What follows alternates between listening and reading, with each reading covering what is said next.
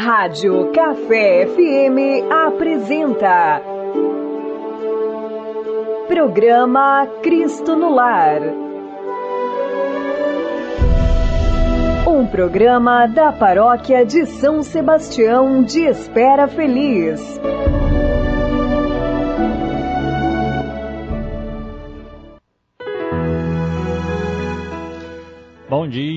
Bom dia querido irmão e irmã, você que está nos ouvindo aí pelas ondas da Rádio Café FM 98.9. Chegamos até você nesta manhã, louvando a Deus, nesse dia maravilhoso que o Senhor nos dá.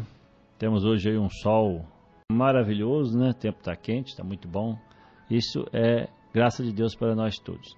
Queremos aqui também partilhar contigo nossa reflexão de todo dia, de segunda-feira, de segunda a sexta-feira, né? No nosso espaço de encontro aqui, neste programa onde a paróquia também se aproxima de cada um, pela possibilidade de levarmos uma palavra de fraternidade, de reflexão e de oração. Que Deus nos abençoe você, seus afazeres, aquilo que você está empenhado, com aquilo que você está envolvido nesse dia de hoje. Rezemos pedindo a bênção de Deus também pelas vocações religiosas, missionárias e sacerdotais. Oração vocacional. Senhor da messe, pastor do rebanho, faze ressoar em nossos ouvidos teu forte e suave convite. Vem e segue-me. Derrama sobre nós o teu Espírito, que ele nos dê sabedoria para ver o caminho e generosidade para seguir tua voz. Senhor, que a messe não se perca por falta de operários. Desperta as nossas comunidades para a missão, ensina a nossa vida a ser serviço, fortalece os que querem dedicar-se ao reino na diversidade dos ministérios e carismas. Senhor, que o rebanho não pereça por falta de pastores, sustenta a fidelidade de nossos bispos, padres, religiosos, diáconos, missionários, leigos e leigas. Dá perseverança a todos os vocacionados. Desperta o coração de nossos jovens para o ministério pastoral em tua igreja. Senhor da messe, pastor do rebanho, chama-nos para o serviço do teu reino. Maria, mãe da igreja, modelo dos servidores do evangelho, ajuda-nos a responder sim. Amém. Querido irmão, que esta alegria de poder servir seja uma constante na vida de cada ser humano, de cada pessoa que preza pelo bem, né, que deseja fazer de sua vida uma expressão de serviço ao outro, né? Um mundo muito, no modo geral, às vezes meio seco, né, onde que as pessoas têm pouco tempo umas para as outras, onde um oi, um bom dia, uma boa tarde, uma boa noite pode passar despercebido, mas não deixou de ser importante, né? Pois a acolhida às pessoas é um dever de cada um de nós, né? Fazer o bem, ser agradável, ser gentil, é uma obrigação de cada ser humano, né? Então, que Deus vai nos inspirando a sermos assim, né? Serviço, a vida a ser serviço sempre. Nós queremos hoje aqui falar um pouquinho, nós vamos continuar falando da liturgia. Ontem a gente falava, começamos ontem, vamos prosseguir hoje, né? Eu consegui uma matéria baixada aí da internet, de uma fonte litúrgica, formação bem aprimorada sobre isso, né? Então a gente vai continuar a falar um pouquinho ainda da liturgia. Ontem a gente falou da importância, o que é a natureza da liturgia, né? Obra da igreja, obra em favor do povo de Deus, né? E também falamos um pouquinho daquilo que compõe a liturgia na igreja, que são os ritos, são palavras, orações, ritos, símbolos, né? Tudo isso vai compondo a liturgia própria da igreja. Vamos falar então um pouquinho sobre isso. Eu tenho o texto aqui, né? O texto que eu baixei é enorme, né? São 80 páginas, é uma coisa, são na verdade mais de 100 páginas, né? Mas tem pontos de reflexão muito importantes sobre a liturgia que eu gostaria de aqui poder partilhar. Inclusive um autor citado aqui é o tal de Caprioli, italiano, né? Caprioli 2003. Ele vai falando certas coisas, nos ajudando a pensar sobre o que é mesmo a liturgia na igreja, né? E sua proposta de renovação, conforme a igreja mesmo nos propõe isso. Então, prezado irmão, nós vamos continuar falando um pouquinho sobre liturgia. Ontem a gente falava que a ação litúrgica é um conjunto, né, de ritos, de orações, de gestos, basicamente isso, né, de uma forma muito simples de falar, né? Por exemplo, a liturgia de um batismo, de uma confissão, da Santa Missa, né? É um conjunto de ações nas quais somos chamados a participar, né? Dificilmente seria prudente, seria oportuno pensar que alguém participa da missa apenas olhando a missa, né? Não, a gente tem que cantar, tem que responder, tem que sentar-se, né? Participar de um movimento de todos, né? De toda a igreja. Então a liturgia é uma ação, né? Por isso que a gente fala que a liturgia é uma ação. Não podemos ser só apenas espectadores, né? Olhando apenas, né? Por exemplo, a gente se envolve, né, na própria celebração. Pois bem, então aquele autor que nós estávamos falando, o Caprioli, aqui nesse texto aqui, fala o seguinte, ele vai falar da função educativa da liturgia. Vamos entender, né, a liturgia nos educa, por isso fala assim, função educativa da liturgia. Segundo esse autor, para a busca de um maior envolvimento de todos os cristãos nas ações litúrgicas da igreja. Esse cara, ele publicou isso que eu vou ler aqui agora, em 2003, nesse escrito dele. O livro dele é de 2003, na página 297. O que ele fala? Ele afirma, né? Ele assevera. O problema a ser enfrentado agora é aquele de uma conversão de mentalidade pastoral, que leva a ver a liturgia não tanto como objeto de reforma por parte da igreja, mas antes de tudo como sujeito, ela mesma da reforma da igreja, retornando à questão litúrgica como lugar de uma pastoral menos ativista e mais formativa da fé da pessoa e de todo o povo de Deus. Ele termina aqui, né? Olha que coisa importante, né? Essa é a função educativa da liturgia. E aqui nos formar, né, para participar do mistério, né? A ação litúrgica é a participação no mistério de Deus que vem ao nosso encontro, salva, convoca a conversão, né? E também nos pede o nosso agradecimento, o nosso louvor, nesse sentido, louvor a Deus, né? Ele fala que essa questão dessa reforma litúrgica não é tanto de uma pastoral ativista, né, mas de uma pastoral formativa. Isso é importante. A gente acha que seja só aprender um punhado de coisa para fazer um punhado de coisa, né? Mas mais do que isso, ou também com isso, é que a liturgia leve as pessoas a se formarem, né, nesse dinamismo do encontro com o mistério, né, a função formativa para que a pessoa se experimente mais, viva mais o mistério de Deus, ou o mistério com Deus, melhor dizendo, né? Vamos dizer assim que é melhor, o mistério com Deus na ação litúrgica. Ao colocar-se em evidência a função educadora da pastoral litúrgica, aqui é bom abrir um parênteses aqui, a pastoral litúrgica é tudo aquilo que envolve a própria igreja, as pessoas que preparam a liturgia, né? Todas as pessoas que assentam, conversam, né, antes da liturgia, na preparação dessa própria liturgia, é a pastoral litúrgica, né? As pessoas que cantam o canto sagrado na igreja também é a pastoral litúrgica, né?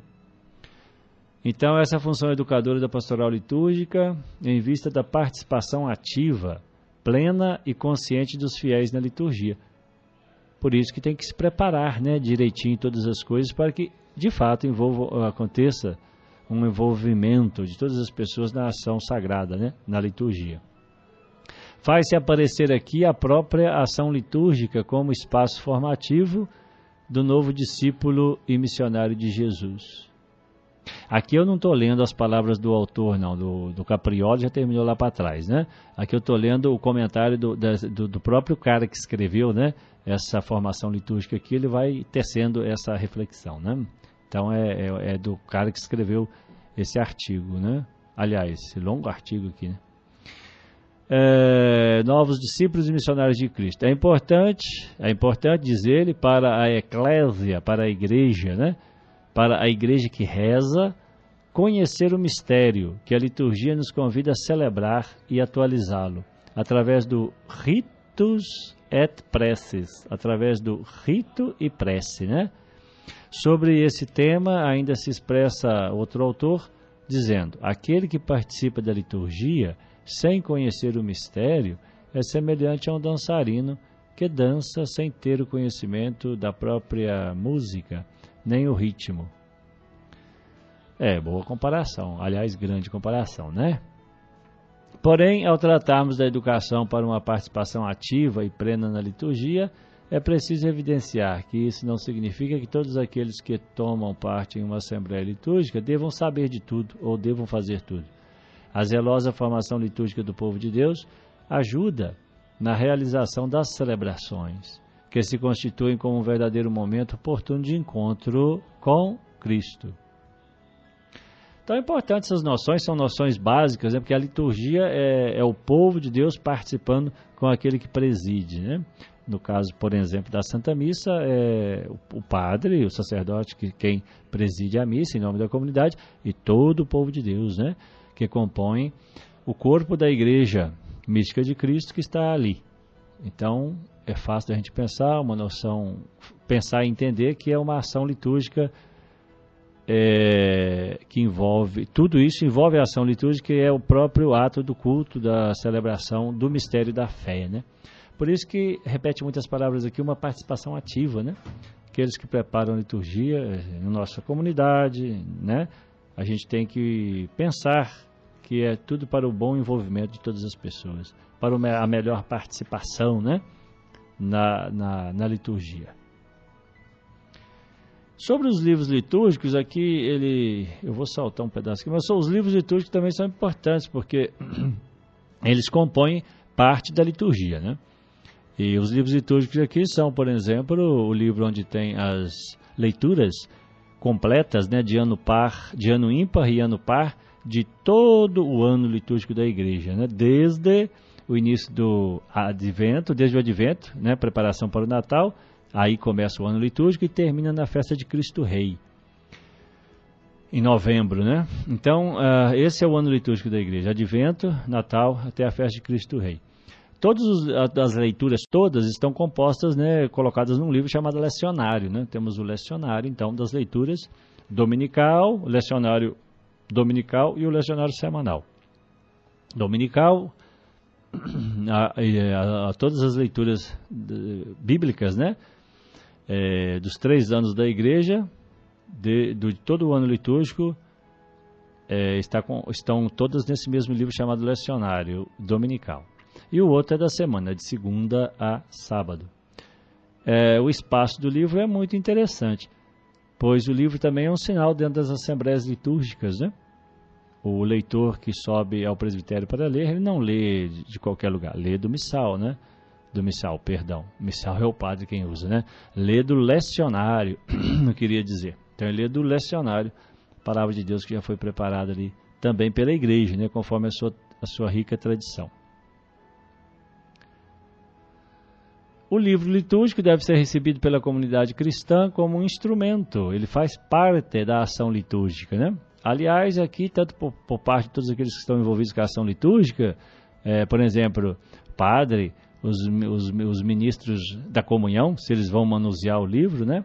Os coroinhas também, se vão manusear o livro em alguma ocasião, oportunidade, antes da Assembleia Litúrgica vai ser conduzido o livro, né? Então, o livro litúrgico deve ser manuseado com cuidado, né? Pois ele é um instrumento da ação litúrgica também. E, aliás, se for mal carregado, né? Mal manuseado, pode se estragar muito facilmente, né?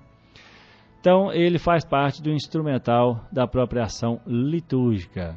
O livro está ali, a palavra de Deus, né? O lecionário dominical, o lecionário semanal, está ali. Quem o carrega para a estante da palavra deve também ter o devido respeito, né?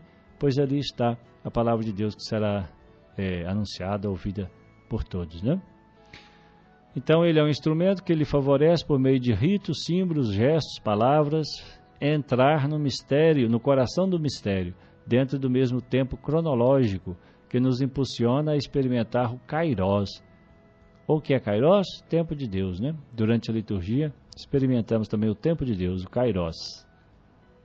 É palavra muito importante, né? Na religião, na experiência de fé, né? Kairos, tempo de Deus, que é experimentado durante a celebração litúrgica. Tempo favorável para a manifestação da graça de Deus. É isso aí, né? Aí nós falamos um pouquinho também sobre isto. Prezado irmão, vamos terminar aqui a reflexão ainda sobre os livros litúrgicos, né? Eu vou ser um pouquinho rápido aqui. Mas outro elemento que ainda encontramos nos livros litúrgicos, aqui nós falamos dos lecionários, né? Os livros litúrgicos restaurados e reformados à luz dos ensinamentos do Concílio Vaticano II, pois houve uma renovação litúrgica dos textos, né?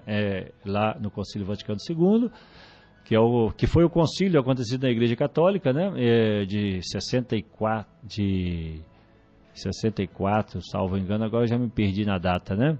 Eu acho que foi de 64, foram 4 anos de concílio, enfim, foi nessa década de 60, né? Então, houve naquela época uma reforma das leituras que acompanham os livros, né, litúrgicos. É a utilização dos textos da tradição da Igreja, que ajudam a resgatar sinais, símbolos, gestos e palavras que nos permitem penetrar no coração do mistério da nossa fé. Por exemplo, o Ordo Missae, a ordem da missa, né, do missal do Papa Paulo VI. Esse missal, ele foi base, né, o missal do Papa Paulo VI, que depois, em 75, 76, foi reaprovado pelo Papa São João Paulo II, né, hoje santo da Igreja. Então, o próprio missal, o livro que rege a missa, já teve a aprovação de Paulo VI, primeiramente, depois do Papa São João Paulo II, né, em 76. Teve como fonte de inspiração na narrativa da celebração dominical da Ceia do Senhor, feita por um autor cristão chamado Justino, em seu livro denominado Apologia 1, capítulo 67. Lá São Justino faz a descrição de como as primeiras comunidades cristãs se reuniam, né, para celebrar a Eucaristia. Tá bom, muita coisa boa, mas a gente vai falando de outras vezes, a gente vai desenvolvendo um pouquinho mais, né, essa questão aí da liturgia também. Nós vamos ficando por aqui, desejando a você um ótimo dia. Hoje nós temos as missas hoje na comunidade da Santa Cruz, às 19 horas, missa na Santa Cruz, chamado Morro do Sabão, né? Missa também no Bananal, e as duas missas de hoje eu tenho certo na mente. Bananal às 19 horas, Santa Cruz, e faltou a terceira missa. São 3 missas hoje. Que Deus te abençoe, te guarde, que tenhamos amor pela nossa liturgia, que nós queremos sempre um pouquinho conhecer melhor para também celebrar melhor, né? O Senhor esteja convosco, Ele está no meio de nós. Deus te abençoe e te guarde, Deus que é Pai, Filho e Espírito Santo. Amém. Fique com Deus e até o próximo programa, se Deus quiser. A Rádio Café FM apresentou programa Cristo no Lar.